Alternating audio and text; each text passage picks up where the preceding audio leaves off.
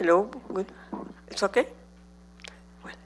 Buenos días, bienvenidos a todos a esta primera conferencia con la Universidad de Bremen en el marco de una colaboración que estamos iniciando entre el Instituto de Ingeniería de la UNAM y la Universidad en Alemania, la Universidad de Bremen. Tengo el gusto de presentarles las dos conferencias del día de hoy, la primera a cargo de la doctora Annette Laschater-Weissenmayer del Institute of Environmental Physics. She's professor of environmental physics at the University of Bremen in Germany. Their principal interests are environmental analytical chemistry, atmospheric chemistry and physics, analysis of satellite, ground, airborne, and some asset-based data with respect to pollution events.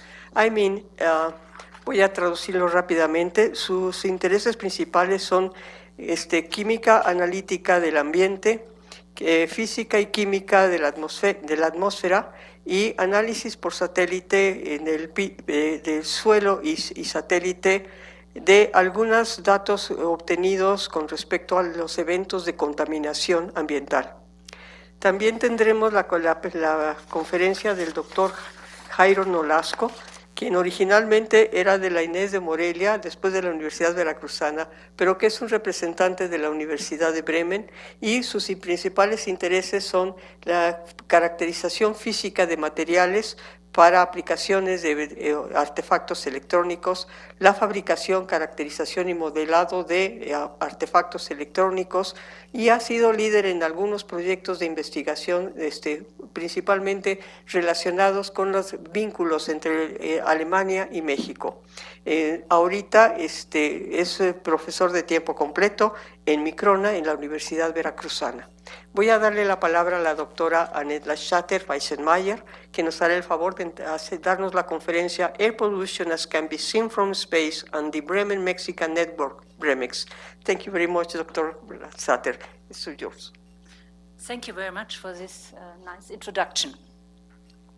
So, the title is Air Pollution as Can Be Seen from Space and the Bremen Mexican Network, Bremex.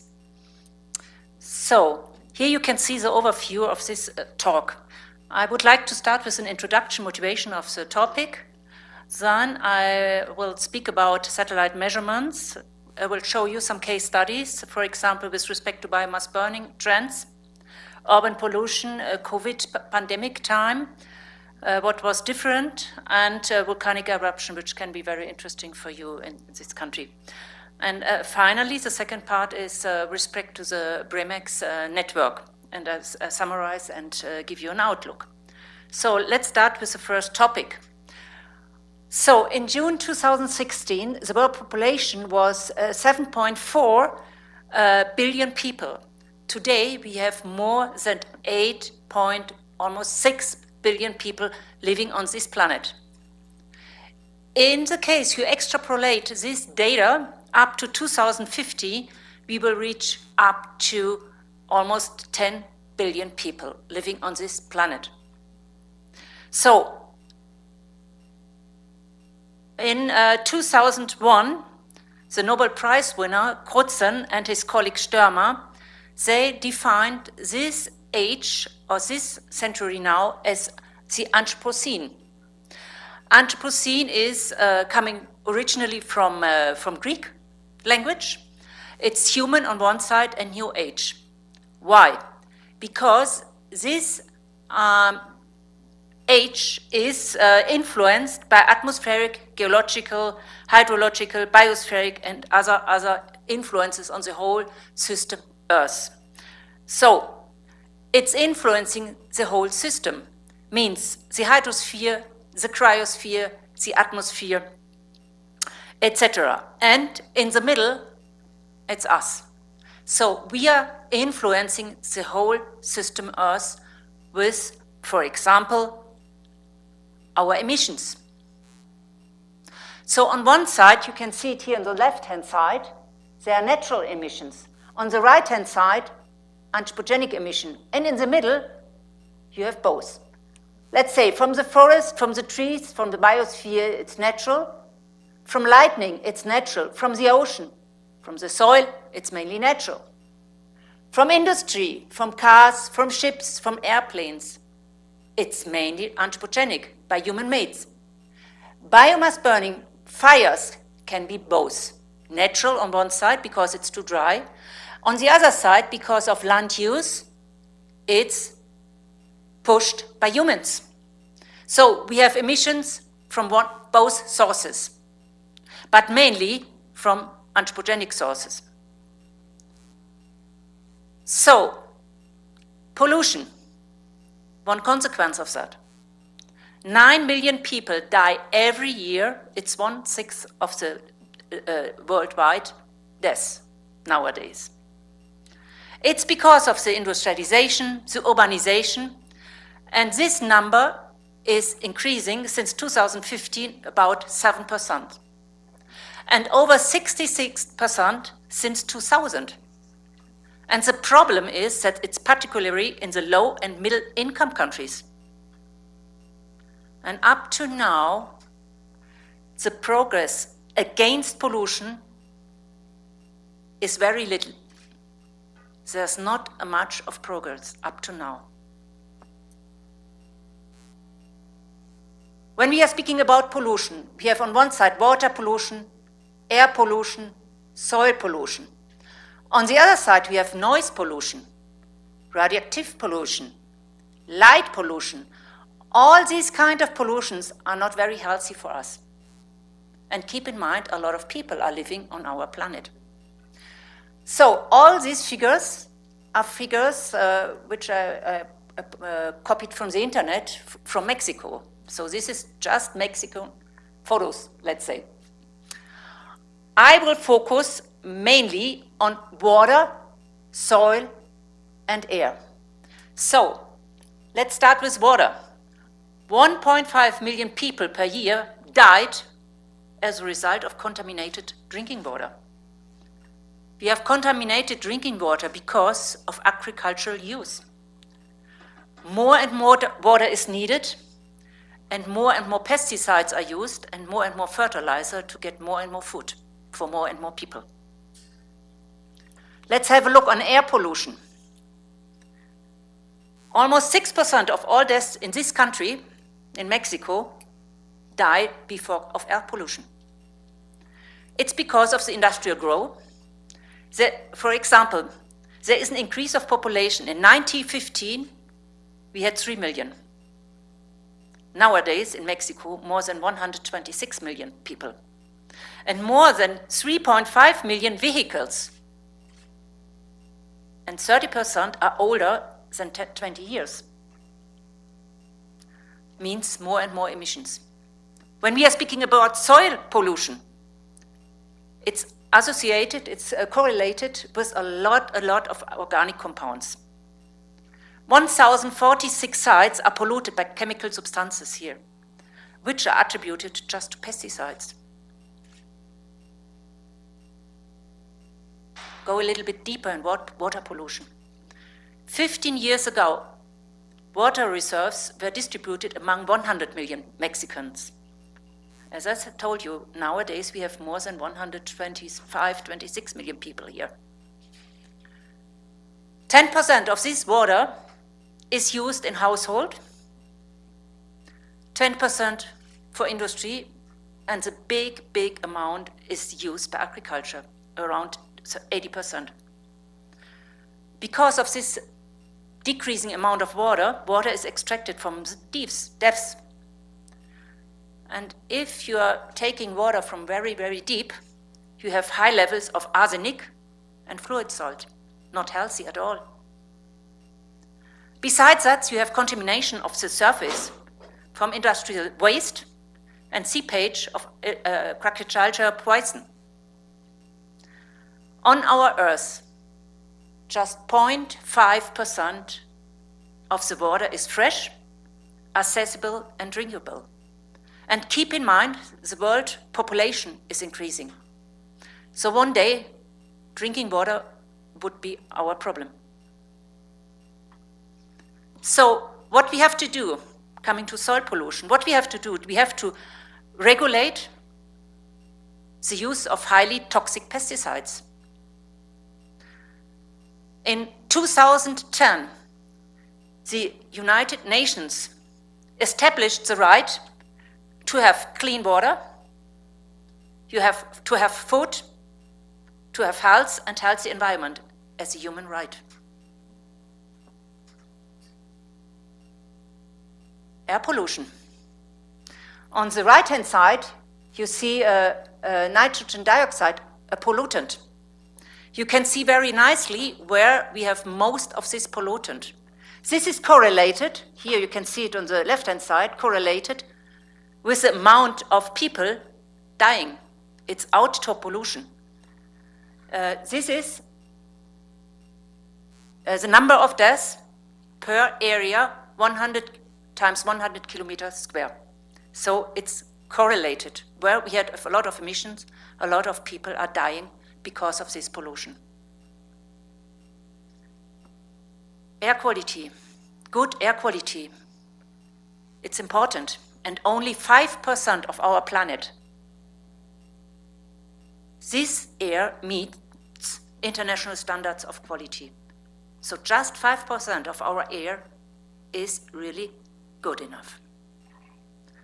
And I think something has to change immediately. You see here, I'm speaking again and again of Mexico. Here is the climate reality. Since 1960s, Mexico has gotten warmer, and scientists from here expect temperatures to keep rising more and more. So, I put these graphics from paper, peer-reviewed paper. So in the 20th century, the Valley of Mexico, there was a rapid urban expansion, and with that, a warming process. The longest time series of the temperature of daily meteorological data correspond to the Tacubaya station in western Mexico City, so it's here. What they saw here, that there is a positive trend. The maximum temperature since the 1920s increased about 3 degrees because of land use. And when you're looking here, since 1951 up to 2017, it increases 0.71 degrees. The minimum temperature increases since the late 1930s up to 4 degrees. Just keep in mind, last year, from 19th of March to the 22nd of July, there was a heat wave in Mexico. The number of deaths across Mexico was more than 249. The temperature was above 45 degrees. Not healthy at all. 92.4% of the deaths are due to this heat. And the rest because of dehydration. What about the precipitation in the Mexico City metropolitan area here from 1917 up to 2012? You can see there is an increase of precipitation from 600 millimeter per year up to 800 millimeter per year. But the mean precipitation is going down in recent years. For example, one of the driest years was in 2009. And we have a loss of precipitation and a loss of vegetation and deforestation, and that's why we have flooding events. So not normal rain, flooding, because of the runoff of the deforestation. Okay, probably you remember, there was a climate agreement 2015 in Paris. The goal was to have a maximum increase in global mean temperature of less than 2 degrees, better 1.5 degrees. You can say, come on, the world will not end at plus 2 degrees, but every 0.1 degrees Celsius counts as a consequence of climate change and becoming more and not manageable. That's the problem. So what is the consequence? Let's have a look here. When you calculate 1.5 5 or 2 degrees. Here you have an increase of hot days, very hot days per year. There is a double when you're counting for 1.5 degrees, so up to 5 days more.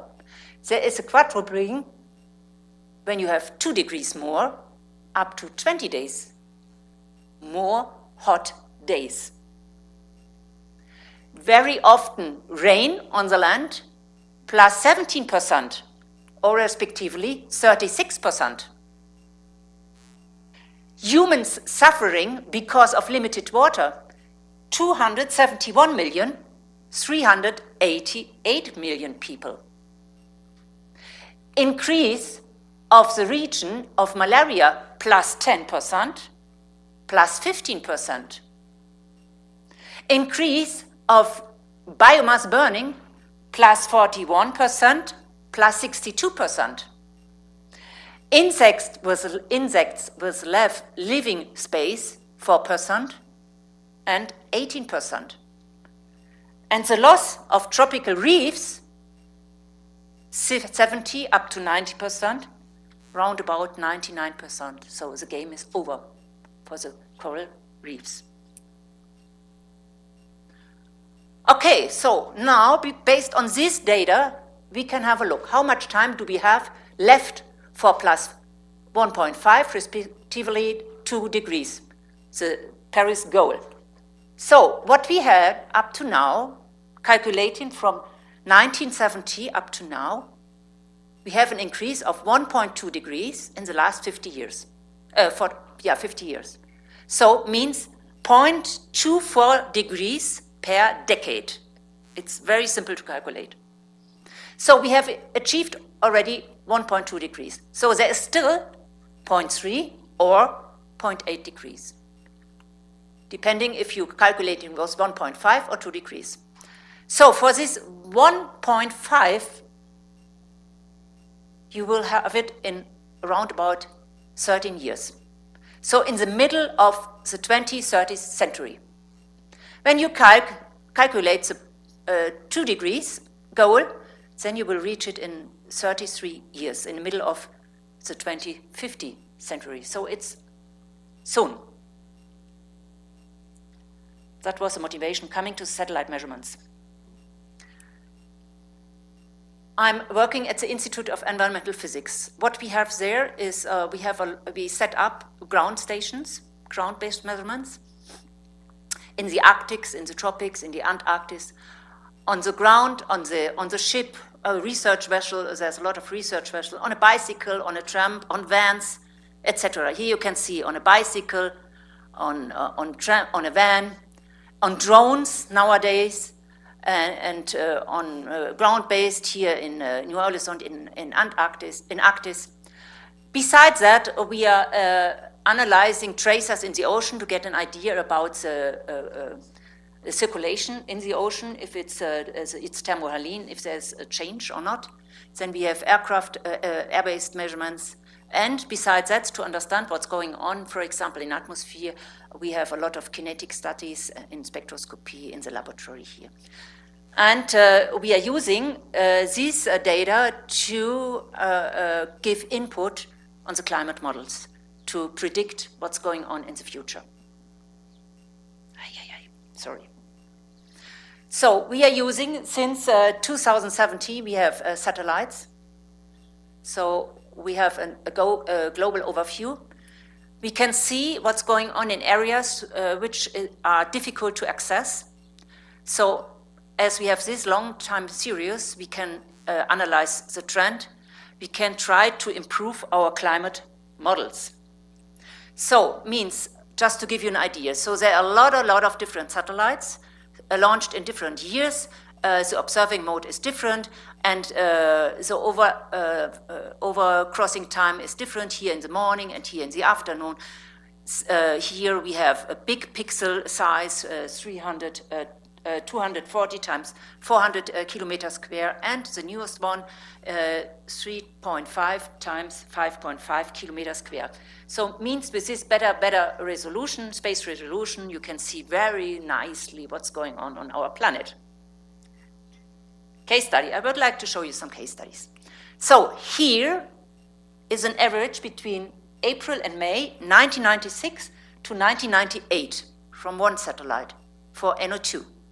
Here, the same for 2009 up to 2011. What you can see nicely is here is an increase, here is a decrease, and here is a decrease. Then we had a look on models for carbon monoxide emissions.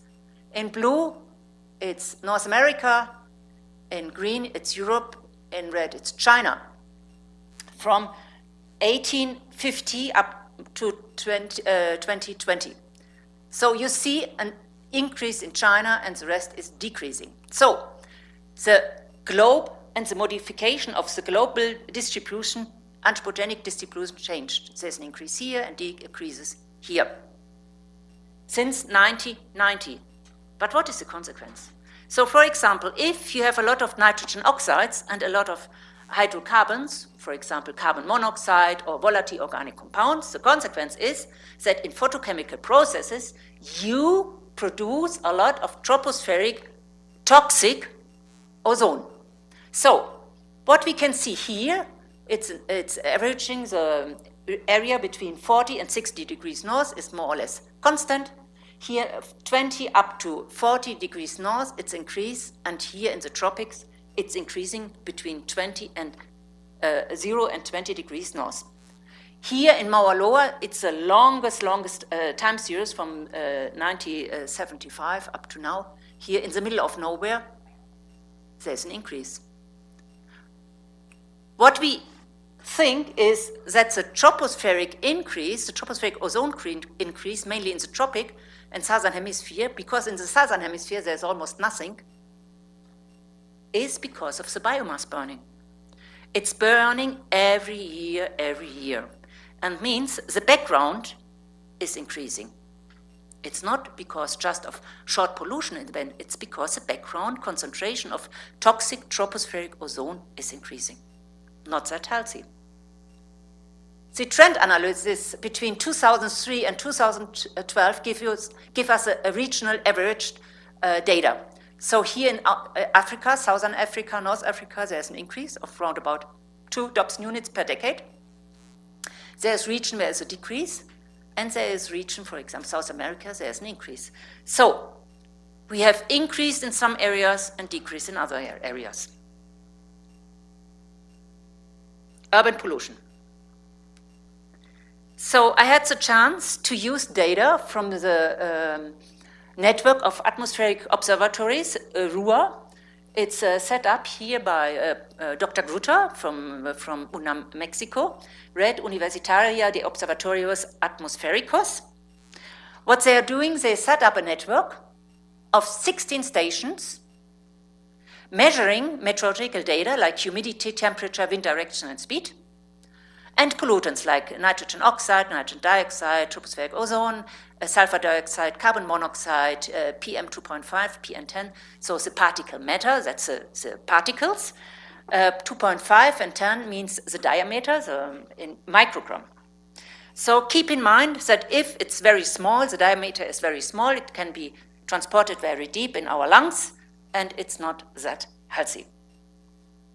So, on the left-hand side, you see a map of the population in Mexico. Here we have some very populated areas, and here you see the consequence in NO2 from May to August 2018.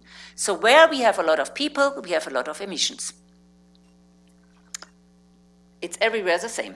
So then I used satellite data and I compared the data of Bremen, Morelia, and Mexico City.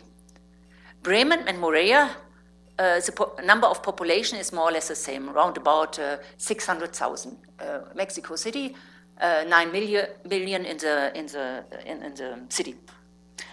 What we can see nicely, green is Mexico City for NO2, for the pollutant. In the middle is Bremen, and the bluish is Morelia. So that's the same for 2018 and 2024, that's very new. So you see Mexico City is above Bremen and Morelia. So, means the emissions are more or less correlated to the number of people living in this area. Then I compared Morea and Bremen for CO. So I used data from the Ruhr network, which is a ground-based network, and I compared it with a Bremen network and ground-based measurement as well.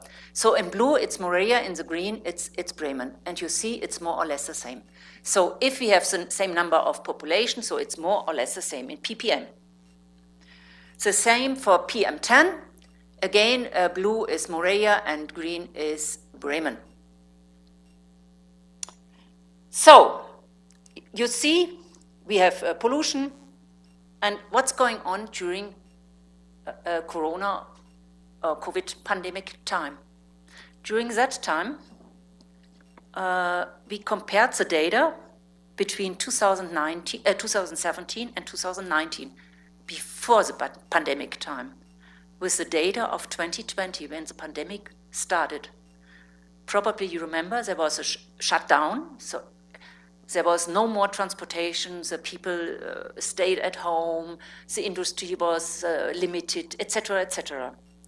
The consequence was, we compared the data with Wuhan and in Europe, Turin, Rome in Italy, Nice in France, and Valencia in Spain. There was a reduction of more than 50% in nitrogen oxides. And the transport, the transport was reduced up to 70%, for example, in France. And keep in mind, I showed you the consequence, if you have a lot of nitrogen oxide, a lot of hydrocarbons, the tropospheric ozone is going up. But now we have the situation, come on, during the pandemic time, the NOx was very limited. On the left-hand side, you see ozone. On the right-hand side, NO2 for this Rome, Turin, Valencia, Wuhan. You can see in green, it's 2020. So the NO2 is going down compared to the time before, between 2017 and 19. But the ozone is going up. And that we didn't expect. Because we thought ozone is just limited because of NOx.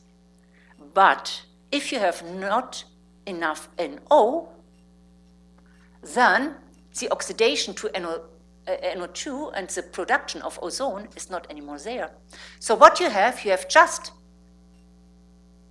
here the destruction is not anymore there, here you can see. So, but we have an increase because this destruction process was not observed. And in addition, we have a lot of accumulation of ozone. For example, around 10% worldwide, and in Wuhan, 38%. So in the case, we have emission control, for example, for NOx, because hydrocarbon we have enough. It's probably not solving our problem with respect to ozone. And ozone is both a pollutant and a greenhouse gas. Volcanic eruption. This is a volcanic eruption of Kazakhstan. In 2008, in August 2008, it started on the 8th of August. Here you can see. Here it's starting. And it's transported. So when you have volcanic eruption, it's not just a local problem.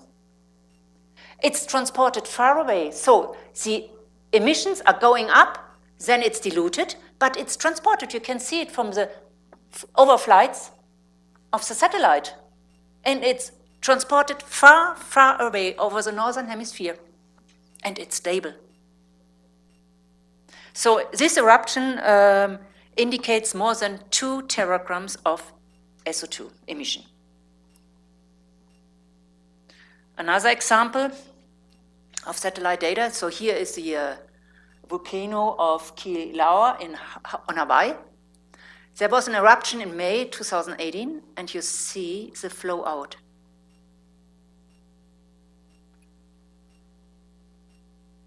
What's going on in Mexico City? You have El Popo here, Popocatépetl. named El Popo. I read it. Right? So it's here. Mexico City is over there. So what we see, this is normally in Morelia, this blue, and there was an eruption in March, 26th of March 2019, and you see it's going up. And when you have a look here on the wind direction and the SO2 concentration, you see here, it's 150 almost, so it's coming from here, going directly to Mexico City. And it's not just because a problem, some flights cannot fly. No, it's a problem, it's toxic. It's toxic for the people. And a lot of particles coming out. So, we think that more and more people should be informed about pollution, about climate change. I think if we are informing more and more people, it's a positive impact. What we need more sensors for monitoring. Satellites have a good global data set, but they are very expensive. In addition to that, we need very low-cost sensors. So we have to encourage to monitor independent on the education level. We have to educate together on every level. We have to inform the society about data, about new technologies. That would be a benefit for the society. Particularly, our goal with UNAM is to encourage the development of joint technologies and the dissemination of knowledge in awareness regarding pollution and climate data. So, together with colleagues of NS Morelia, that idea of the network, which was set up in 2017 and started in 2019. Coming to this network, the Bremen Mex Network. BREMEX stands for Bremen Mexican Network for the Development of Sustainable Technology for Environmental Applications. We would like to have a look on pollution event and climate gases observed by the satellite on one side. Ruhr network is one possibility, but probably in addition, low-cost sensors in soil, water, and air, probably on drones, on towers at different heights, can be an idea. The network up to now exists of Mexican research institutes and universities, and Bremen research institutes and university. We are focusing on renewable energy, mainly photovoltaics and hydrogen. Professor Jairo Nolasco will go in more detail because I'm not an expert in that. He is the expert. We would like to have a look on pollution in water, air, and soil, and sensing applications, hybrid biointerfaces with sustainable materials. That's what we would like to do. Here you have on the left-hand side all these institutions, Mexican institutions up to now. On the right-hand side, the Bremen ones. So you see, the network is increasing more and more. So now we have a cooperation since 5 years. So this cooperation started in November 2018. It was a cooperation agreement between the Faculty of Physics and Electrical Engineering of the University of Bremen with NS Morelia UNAM. Because of this very successful time period, the agreement was extended in 2023, so last year. Since November 2023, we have a general cooperation agreement with UNAM because of this close cooperation since many years now. We will continue to push the mobility, academic mobility of professors and students. And what we did up to now, we have joined online and face-to-face courses for students of both countries on atmospheric sciences, on semiconductors, optics, molecular simulations. Then the laboratory LIDAR, International Laboratory for Environmental Electronic Devices, or in Spanish, Laboratorio Internacional de Dispositivos Electrónicos Ambientales at NS Morelia was, Yeah, but I do my best. It was set up.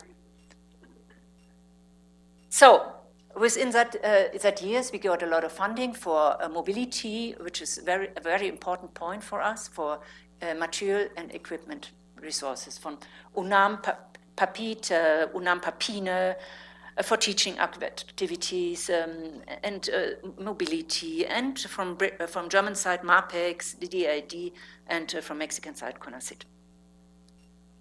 In the last year, we published together, so there are joint scientific contributions published in international peer-reviewed papers on photovoltaic, so you will see more in a minute or in some minutes, on material sciences from Alejandra Castro-Carranza, and on environmental science application, modeling, hydrogen, etc., and all this in cooperation. So what is the research we are at the moment and what we are proposing? Joint research with EE-UNAM in green, you can see. So, first of all, we have to identify the necessity of sensors. Then we had a look on chemistry of materials, so molecular simulations and synthesis are carried out. Physics of materials, so the material characterization has to carry it out. Then we have to design sustainable electronic devices. So there is a design and fabrication of electronic circuits, so electronics, computer sciences, etc. Then monitoring and social impact here. So the device implementation for environmental application has to look. And what's very important are patents. So you can see here that could be very important to do in the next years jointly. Some examples, for example, on pesticide detection in soil and water. So what's carried out in the LIDAR, in the International Laboratory at NS Moreira, so the prototypes of sensors based on oxides and organic semiconductors, for example, to detect glyphosate or chlorpyrifos. So there is a molecular simulation and fabrication of devices is carried out, for example, on titan dioxide devices, organic zinc oxide, thin filter transistors, etc., etc. So there is on one side the molecular simulation, on the other side the production of this kind of devices.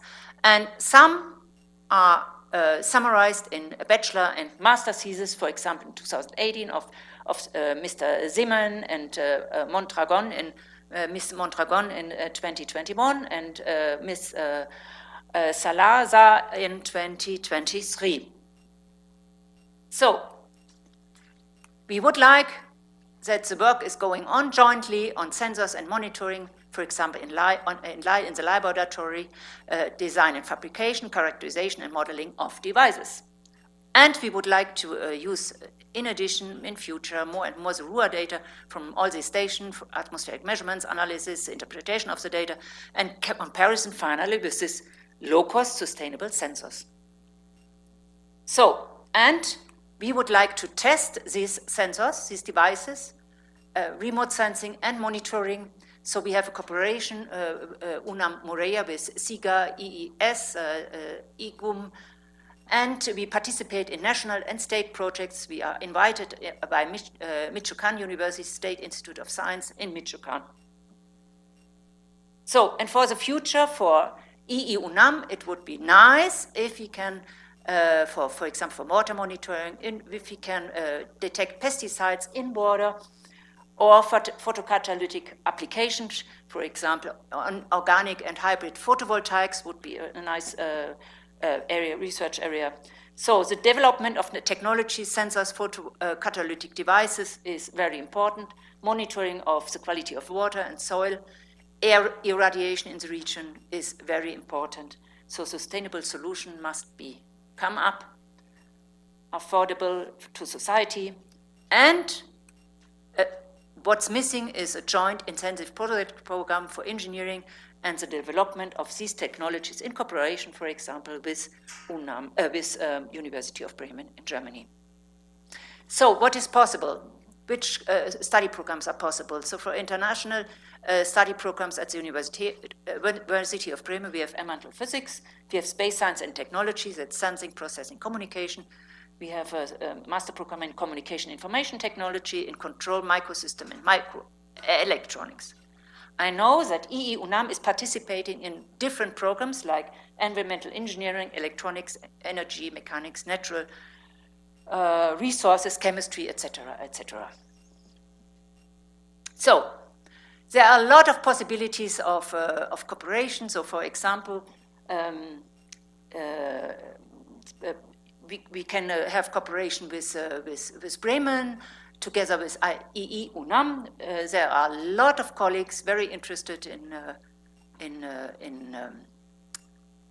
to cooperate on one side.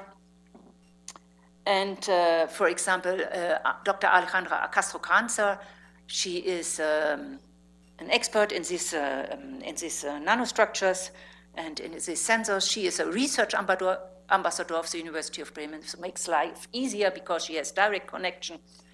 And yeah, our dean is an electrical engineer in microsensors and actuators and microfluids. Yeah, and I'm the international academic dean.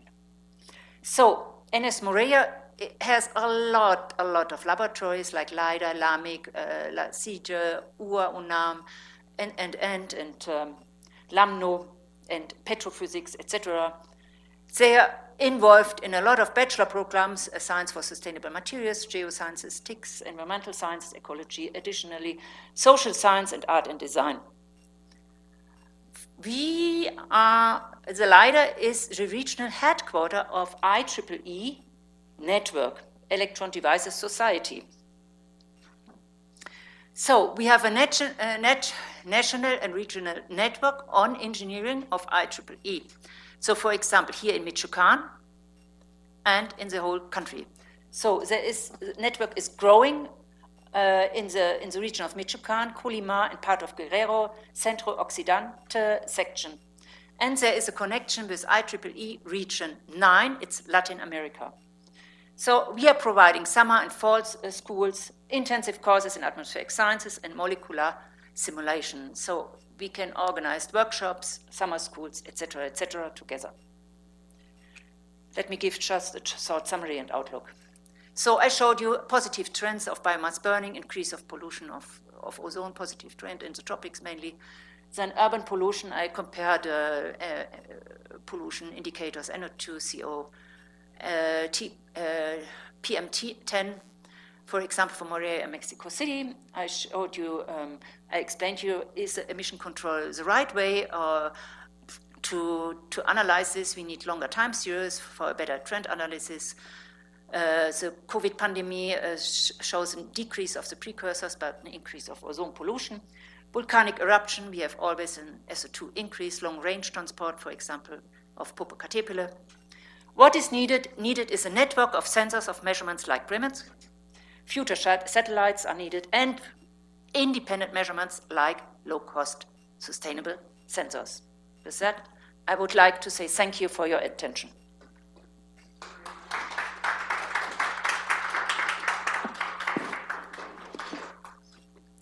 Questions?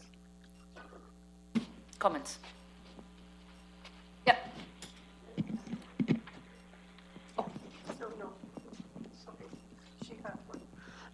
Thank you very much, Professor, for this very interesting presentation. For the satellites that you were showing, the data that you got from the satellites, and the Bremen University has a special agreement with the companies of the satellites, or do you just pick the information from So one of the satellites, we were a principal investigator, okay. And we designed the need of the satellites, what is needed, which area has to be measured. And we are in these big projects involved. That's why we have the access to this data.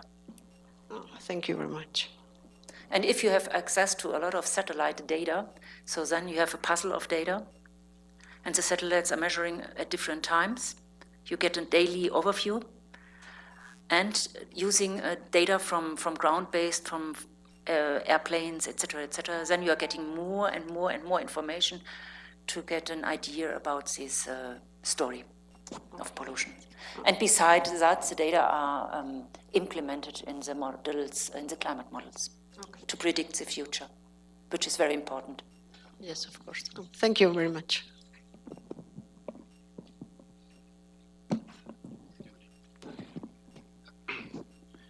Yeah, hello. My name is Armando. I'm researcher here at the EE-UNAM, as you said. My question is, you show us that you are interested in some kind of collaboration related with monitoring, measurement of a lot of emissions that you said, no? But in my case, my research in line is related with air pollution control technologies or biotechnologies. So are you interested in this kind of subjects or just in monitoring, measurement? Because part of my research in line is also developing some kind of sensors. In fact, we have some kind of sensors related with CO2 measurement, sometimes with PM10 or PM2.5, and other gases like nitrogen, oxides of nitrogen, oxides of sulfur. But I don't know if you are interested in air pollution biotechnologies. So first of all, it's very important to have these new technologies. I'm pushing this a lot. And on the other side, we have to know, before starting to develop new technologies, we have to know where the problems are. That's why we need both sides. On one side, the new technologies, new sensors, new technologies. But on the other side, we have to know what to measure and why. Exactly. So I think at that point, we have to bring both together. Okay. So then we see, for example, if you're developing a new sensor or new development, a new technique, then we measure if that's working nicely in different areas with different conditions, meteorological conditions, emission conditions, etc., etc. Okay. So I think it's a good idea to bring both parts at this point together. In my case, I can offer this subject because, because I know the subject about the air pollution monitoring is very, how can I say, in high group. But I'm just cover the gaseous pollutants emitted from fixed sources like exhaust gases, biogas, odors emissions. So I just cover this kind of source, but no mobile sources like cars, like what else? Cars normally are the biggest pollutant. So we are also measuring CO2 from satellite, as well as from now drones. What I showed you. Okay. To go very specialized in a small region. For example, you can use drones to fly over a fire to see what's really coming out from the source. So I think for some gases or particles, it could be a good idea just to compare it and to see what you are measuring, what we are measuring, and if that fits together. And if not, why not? Okay. Because, the knowledge is what we have today, and we have to go further. Okay, and we can just learn from each other. So that's why I'm pushing the cooperation more and more, Bremen and Mexican cooperation. Okay. And EE-UNAM would be a nice idea to cooperate with. Okay, thank you, Professor. You're welcome.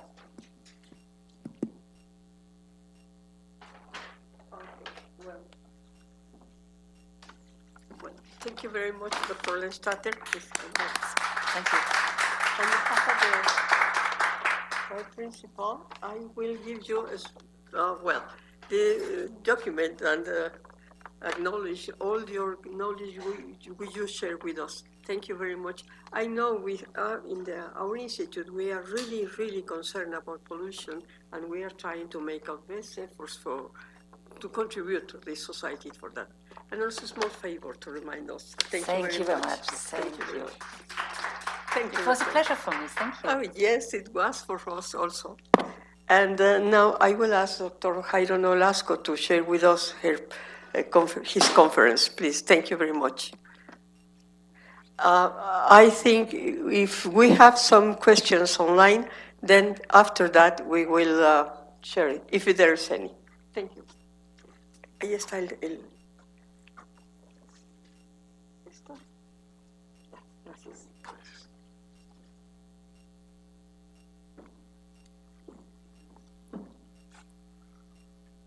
Okay, so let's continue talking about pollutants. So first of all, I would like to thank you for having me here. It's a pleasure to be with you. So I'm going to talk about detection of environmental pollution and remediation based on photovoltaic principles. This is the content of my talk.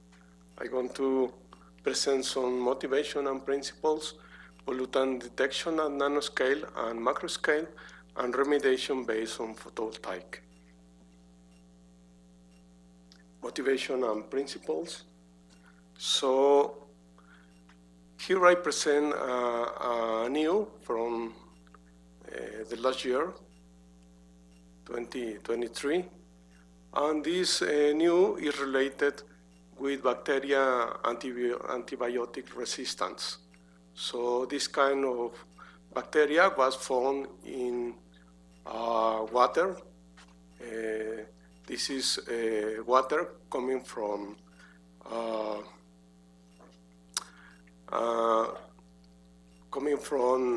I mean, we use the water, and then the water go to the lake, to the leach, to the leach circuit, and then this water also can be used to agriculture.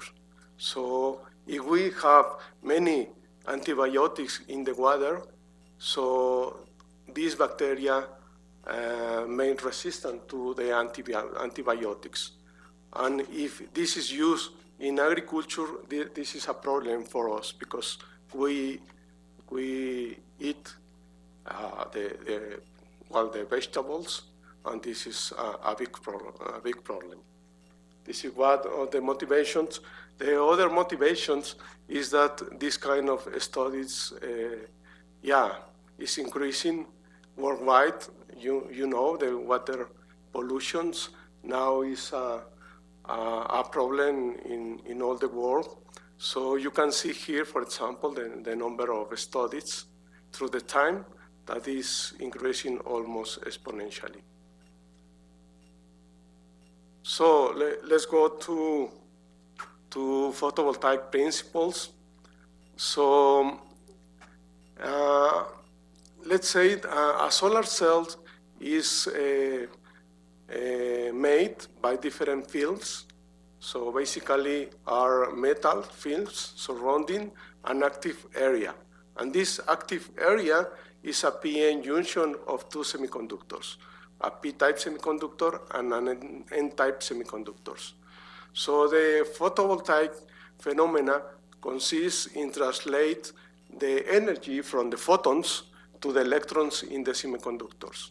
We can summarize this phenomena by three steps. The first step is that an exciton coming from the sun arrives to the device.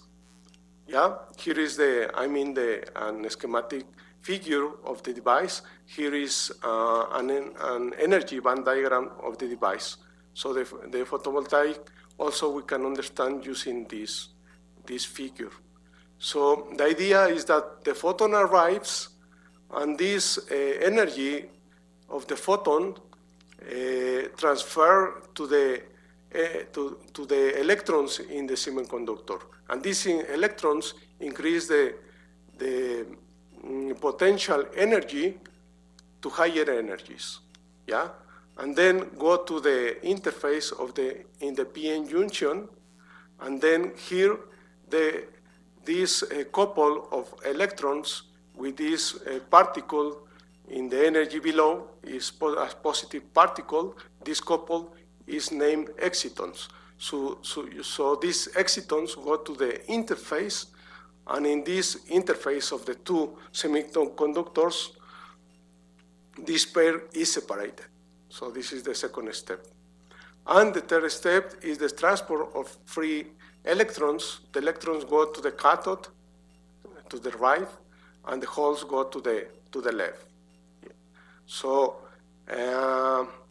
this process can be used to develop electrical work, for example, to activate any electronic device. So we try to use this phenomena to detection purposes. Another point is that we characterize the solar cells. In order to characterize the solar cells, we develop electrical measurements. So basically, these measures consist in IV curves. This is an IV curve. It's a curve of current versus voltage. So when we illuminate the solar cells, we produce a photocurrent. So this photocurrent is negative. So in this region, we can say that we have a photocurrent generated by the device. So if we have different phenomena occurring in the device, we can have effect on the shape of this on this curve. So by evaluating this curve, we can say that we can know different phenomena occurring into the device. So before explaining how we use the solar cells for detection, I'm going to show you some devices that we have fabricated in the past. Here I show you, for example, an hybrid solar cells. It's hybrid because we use an organic semiconductor and an inorganic semiconductor. In this case, the P3HT is an organic semiconductor, is a polymer, and the silicon is an inorganic semiconductor. You know, most of our devices nowadays are fabricated using silicon. So in 2010, we fabricated these solar cells. The silicon is in the bottom, and then we deposit the polymer, and finally we deposit a metallic contact. In this case was gold. Another example of device is this device. This device is a total organic solar cell. A difference of the previous device that the PN junction is planar. In this device, the junction is distributed in all the volume in the active layer. And we can do that because this kind of semiconductors can be deposited in liquid. So we take the semiconductors, we dissolve the semiconductors in a solution, and then we deposit this layer. This is how we can get this kind of morphology. This kind of morphology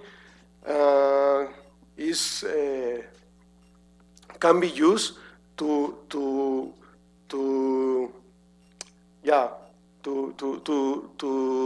get more photons from the sun. So the efficiency of this kind of devices is higher than the other device that I present in the previous slide. So basically, these studies we already published before. We also developed mathematical models to explain some factors affecting the the efficiency of these devices. For example, here is a model that we propose specifically for this device. But I'm not going much in detail about the models, but I would like to explain more about the sensors effect. So before go to the sensors effect, I would like to comment also that all this technology are fabricated in our labs with low-cost fabrications. It means that we don't need a very expensive machines to fabricate these devices. For example, here in this figure, I show, I will say, semi-clean glove box to isolate the fabrication from the outside world, because you know in the air we have different kind of elements besides oxygen that can affect the function of the device. So this is the utility of this box. Into the box there are a device which is named spin coating. This spin coating basically is a motor. We have the substrate on the motor, and we rotate the substrate, we deposit the liquid, and basically we conform the films. So in that way, we fabricate the films, and then we deposit the metallic contacts. Then we have the device, we carry out the electrical measurements. Yeah, here, for example, we have a solar cells. Maybe you cannot see it very well, but here is the cell. It's illuminated from the bottom, so there are gold tips to do the electrical characterization. So, yeah. So let's go to the pollutant detection at nanoscale and macro scale. So first, at nanoscale, here we have again the PN junction, yeah, of the solar cell. So the idea is to expose one of the materials to the analytics. So for example, here is the analytics. Suppose that here we have the antibiotic, and the antibiotic interact with one of the semiconductors. This interaction can affect some properties of the semiconductor. But first of all, we need to know if there are interactions or not. In order to do that, we calculate the absorption energy. In order to calculate the absorption energy, we develop some molecular modeling. Yeah, we conform the molecules. In this case, we have to conform the semiconductors and the antibiotic. Then we calculate some properties of the semiconductor. In this case, we calculate the density of states. Maybe you know that the density of states is a very important property in the semiconductor that basically define all of the electronics properties in the material. So once we calculate this property, we can take this data to check if these modifications in the optoelectronic properties can modify or not an IV characterization in the device. So you see the point. If the antibiotic is there, some optoelectronic properties in the semiconductor change. If these properties change, the electronic IV curve change. In that way, we can sense if the antibiotic is there or not. This is, I would say, an original idea. But I'm going to explain more about the molecular simulations. In this study, for example, we consider 3 molecules. Here we have 3 antibiotics, the sulfametazole, the trimethoprim, and the ciprofloxacin. These antibiotics, you know, maybe are very usual that the doctors use. And also, indeed, it has been found in water here in Mexico. So as semiconductor, the semiconductor that will be exposed to the antibiotic, we use zinc oxide. We test zinc oxide in 2 configurations. The first configuration is a kind of flake, a small flake. And the second configuration is like a balloon, yeah? We name as Fuller-Time balloon, this configuration. So both are at nanoscale. This is why we can talk about nanoscale sensing. So in the simulators, we use Gaussian 98. This is a molecular simulator based on DFT. DFT is a numerical method to calculate electronic, some physico-chemical properties in the materials. And DFT basically consists in a method based in calculate the electronic density in the materials. And this is an alternative to solution of the Schrödinger equations, so it's very well known. So the simulation basically consists in the interaction of the both molecules.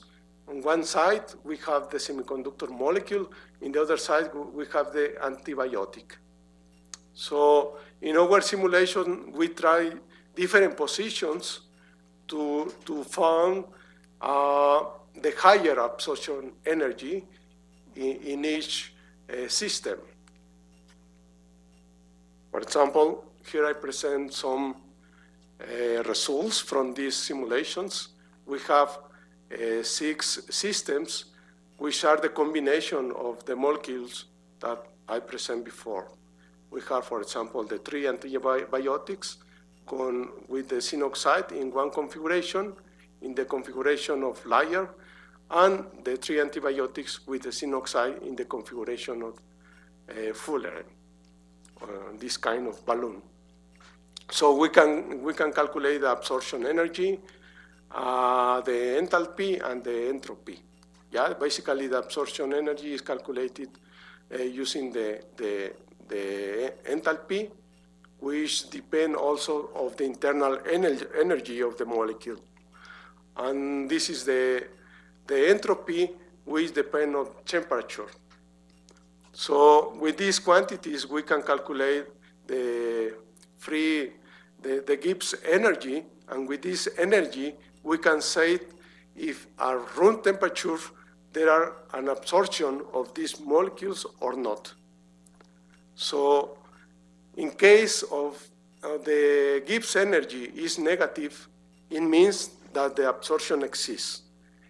If, for example, the higher negative number is for this system of ciprofloxacin and zinc oxide in layer type, this is the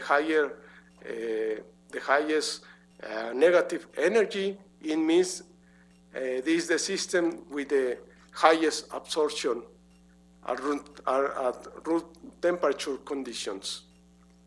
So we take this system and we calculate the density of states in the semiconductor. You know, the density of states are states where you can find electrons. And as I told you, this density of states define basically the optoelectronic properties in the semiconductor. Here in the left side, you can see the density of states in the plain semiconductor, and in the right side, you can see the density of states with the semiconductor interacting with the antibiotic, the ciprofloxacin. And you can note, at this energy, if you compare both figures, the figure of the right, this peak increase respect this figure. The same happened with this peak in the energies around 2 electron volts. So this is a good result, I would say. We can test theoretically that the properties of the semiconductor change when the antibiotic is present.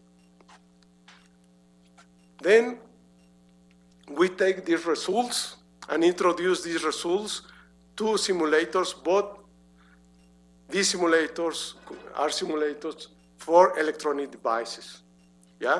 This simulator, for example, is used for simulate solar cells. The name is aforesaid. So we take the properties that I calculate with molecular simulators and introduce to aforesaid. And I can simulate theoretically if the device is working or not. So I introduce the modification in the density of states, and I calculate the IV curve, and you can see that the IV curve also modifies. So it means that you can use this proposal to detection purposes. So this is one of our results. One of my students developed this research and is submitted for publication. Now at macro scale detection. So at the moment I am in Veracruz University. So we are very close to the coast.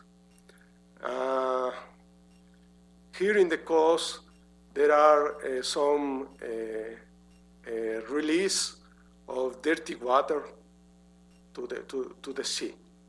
So nobody is monitoring this water. The idea is to try to quantify how dirty is this water.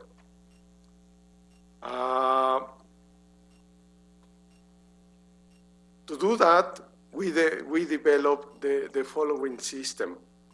The system consists of a source of light. This light go through the sample. Here is the sample. It's a sample of water.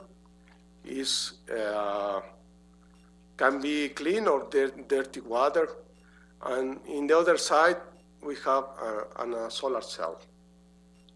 If the water is contaminated, the water has many particles of pollutants. Can be organic pollutants, can be environmental pollutants, whatever, but these pollutants are forming particles. And these particles disperse the light coming from this source. If there are light dispersions, this light change the angles. I mean, finally, if there are dispersions, you can quantify this dispersion with the detector. If there are dispersion, there are less light coming to the detector.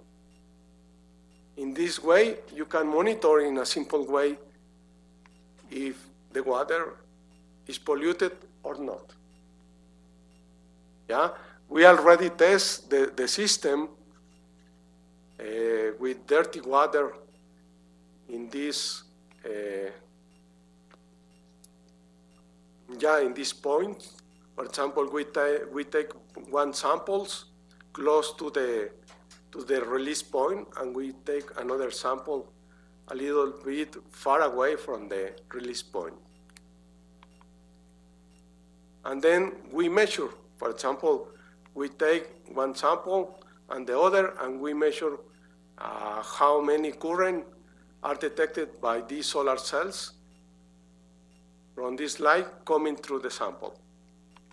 And here I present some preliminary results. For example, this is a measure of the current in the solar cell. This is a measure of the sample taken very close to the release of water, dirty water, and this is the sample taken far away from the release of dirty water. And you can see that the dirty water decrease the current in the solar cells in the system. I'm going to come back, for example, oh, sorry, something is happening with my presentation. Yeah, here in the system, for example, in the case of the dirty water, yeah, there are less light into the solar cells, and you can detect this with less current here. We carry out the measurements at different light intensities. So in this way, you can say if the water is dirty, and at the moment we are quantify this effect and also measurement the particles per million in the water. Yeah, this prototype is we are working in a patent. The last concept that I'm going to present here is the remediation based on photovoltaic. So, you know that the IV radiation is very used for clean the water. This UV radiation can be used for example, for kill some bacteria in the water. So, for that purposes, we can use also semiconductors. For example, the IV course now, yeah, basically consists in electrical equipment, and this equipment consumes a lot of energy. So the idea is to produce IV illumination, but using the photons from the sun. So to do that, we use two semiconductors. One semiconductor take the E1 energy, and the second semiconductor take the E2 energy. So we can add these two energy to produce a photon of higher energy to produce IV energy using this junction of two semiconductors. We are working at the moment in the theoretical calculation to design a proper junction to produce this UV light. This is a current project in my group. So all these studies can be done by my current group. My group is named Science and Sustainable Technology Group, and these are the current members of my group. And of course, we have done all this in collaboration with the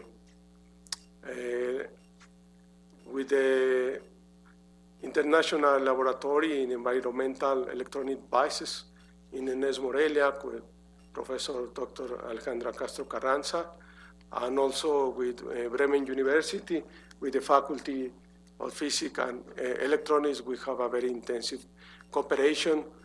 And now I show you some examples with liquids, but these principles can be used also for air. For example, here in the laboratory of La Idea Laboratory, they are working, as already presented you before, to detect pesticides. But yeah, we are working more at the moment on antibiotics and this staff. So thanks for your attention. This is my contact in case any questions. So this is all from my side. Thank you.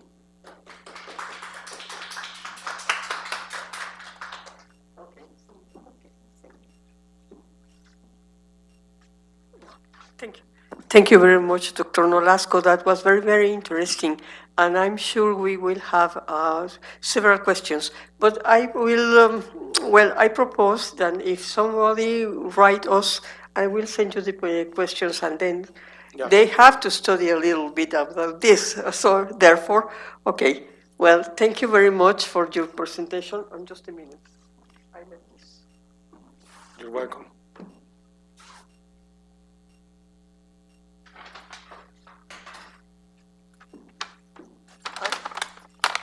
Of course, we have the document for your conference. Thank you very much. It was very, very interesting. And a small favor to remind us. Thank you.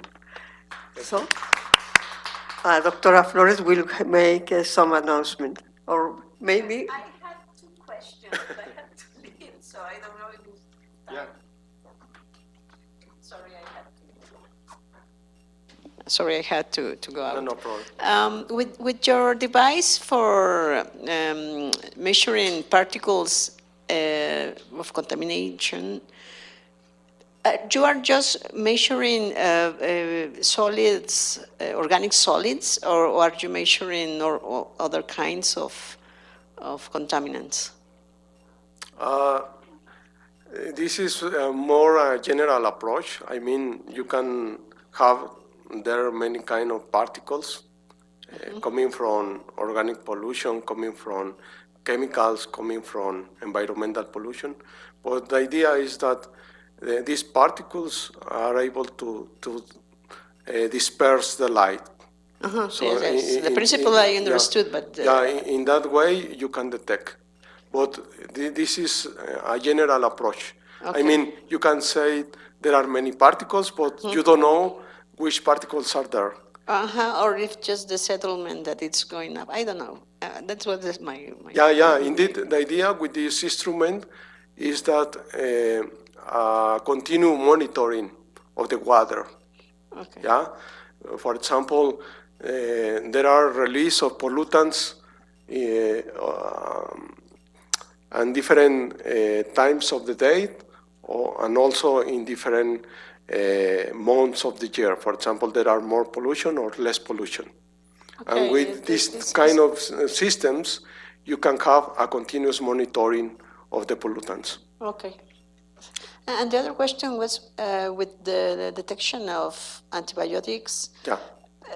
Do you just measure one I don't know, ciprofloxacin, I saw, or you measure all the families, because the antibiotics are families depending on the structure of the molecules, so they can be used for all the antibiotics in the family, or just the ones that you... No, we developed the research only on Is this it specific one. for that? Yeah. We choose 3 different antibiotics, not the same family, but different, and test with the zinc oxide, just to check, to have a first idea if these antibiotics can modify the properties of the semiconductor. Okay. But we can go more in detail and focus in one specific family. Okay. But this is a more general approach, I would say. Thank you, and congratulations. Great work that you're doing. Thank you. Thank you very much. Yeah. Thank you very much. Okay, thank you. Well, thank you very much for your conferences, both of you. Thank you, Dr. Lashtatter. Thank you, Dr. Nolasco. And okay, I promise, and every questions I will send it to you. Then, well, thank you very much for your attention. There will be a very good season for us. Thank you very much, and see you later. Goodbye. Thank you.